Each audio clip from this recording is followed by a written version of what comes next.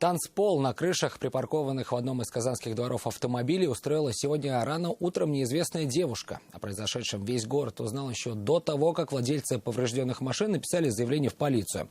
Подруга танцовщицы все снимала на мобильный телефон и выложила съемки в социальные сети. Личность нарушительницы установили, впрочем, искать ее даже не пришлось. Почему, знает Нафиса Минязова.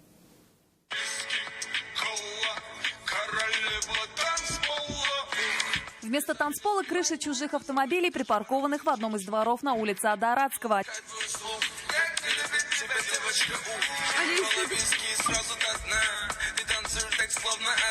Девушка успела потанцевать на 3 машинах. Прыжок на 4-ю был неудачным.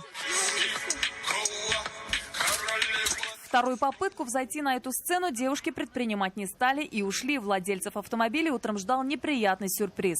Один из них обратился в полицию. Полицейские установили личность девушки. Ей, как выяснилось, 19 лет. Искать ее долго не пришлось. После того, как видео, снятое ее подругой, вызвало большой интерес среди пользователей интернета, она сама пришла в полицию с повинной. В настоящее время по данному происшествию проводится проверка.